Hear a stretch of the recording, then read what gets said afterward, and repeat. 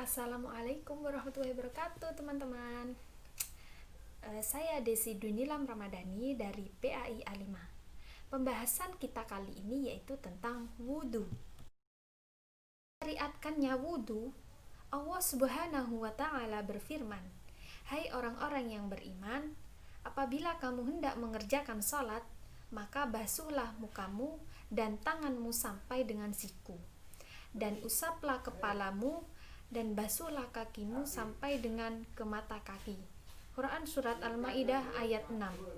Rasulullah SAW bersabda, "Salat salah seorang dari kalian, kamu tidak akan diterima jika dia memiliki hadas, sehingga dia berwudu terlebih dahulu." Hadis riwayat Bukhari. Tata cara wudu. Yang pertama, niat. Niat letaknya di dalam hati dan baca basmalah. Tidak sempurna wudhu seseorang yang tidak menyebut nama Allah atau membaca bismillah padanya. Hadis riwayat Ahmad.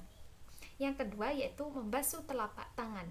Disunahkan membasuh telapak tangan 3 kali sambil menyelat-nyelat jari jemari.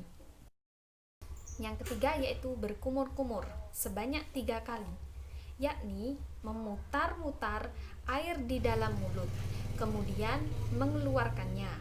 Yang keempat yaitu istinsyak, yang dilakukan 3 kali, yaitu menghirup air ke hidung dengan nafasnya, lalu mengeluarkan kembali, menghirup dengan tangan kanan, dan memegang hidung dengan tangan kiri untuk mengeluarkan airnya. Yang kelima, membasuh wajah 3 kali. Batasannya yaitu panjangnya dari awal tempat tumbuh rambut kepala hingga dagu di mana jenggotnya terurai. Lebarnya hingga telinga satu ke telinga lainnya. Rambut yang ada di wajah dan kulit di bawahnya wajib dibasuh jika rambut itu tipis. Yang keenam yaitu membasuh kedua tangan 3 kali. Dan basuhlah tanganmu sampai siku. Quran Surat Al-Ma'idah ayat 6. Ketujuh, mengusap kepala dan telinga. Mengusapnya sebanyak 1 kali. Dimulai dari depan kepala, diusapkan hingga ke belakang, kemudian kembali lagi ke depan, kemudian mengusap kedua telinga dengan air yang tersisa di tangannya bekas mengusap kepala.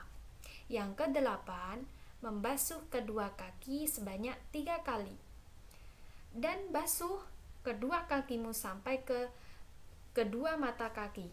Quran Surat Al-Ma'idah ayat 9 yaitu membaca doa. Asyhadu an la ilaha illallah wahdahu la syarikalah wa asyhadu anna Muhammadan abduhu wa rasuluh. Allahumma ja'alni minat tawwabina wa ja'alni minal mutatahhirin. Aku bersaksi bahwasanya tiada sesembahan yang benar kecuali Allah semata, tidak ada sekutu baginya, dan aku bersaksi bahwasannya Muhammad adalah hamba dan utusannya.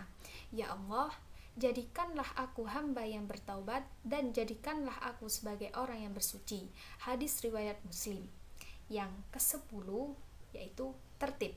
Wajib membasuh secara berurutan dan berturut-turut, yakni jangan menunda-nunda membasuh satu anggota wudhu hingga anggota wudhu yang sudah dibasuh sebelumnya mengering. Yang digunakan untuk wudhu, air ada 2 macam. Yang pertama tahur, yang kedua najis. Setiap air yang turun dari langit dan keluar dari mata air maka hukumnya tahur atau suci, mensucikan. Maka bisa digunakan untuk mensucikan hadas dan najis, walaupun air itu berubah rasa, warna, atau bau karena bercampur dengan benda suci. Berdasarkan sabda Nabi, sesungguhnya air itu tahur, tidak ada sesuatu pun yang menajiskannya. jika berubah sifatnya karena najis, maka menjadi najis dan wajib dijauhi air yang bercampur. Yang pertama, jika air bercampur dengan benda suci atau bukan air mutlak, maka air tersebut tidak lagi tahur atau tidak mensucikan lainnya. Misal, air teh, kopi.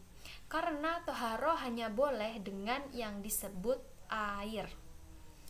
Yang kedua, jika air bercampur dengan benda suci atau masih disebut air, maka air tersebut tetap tahur atau suci dan mensucikan karena tidak keluar dari penyebutan air mutlak.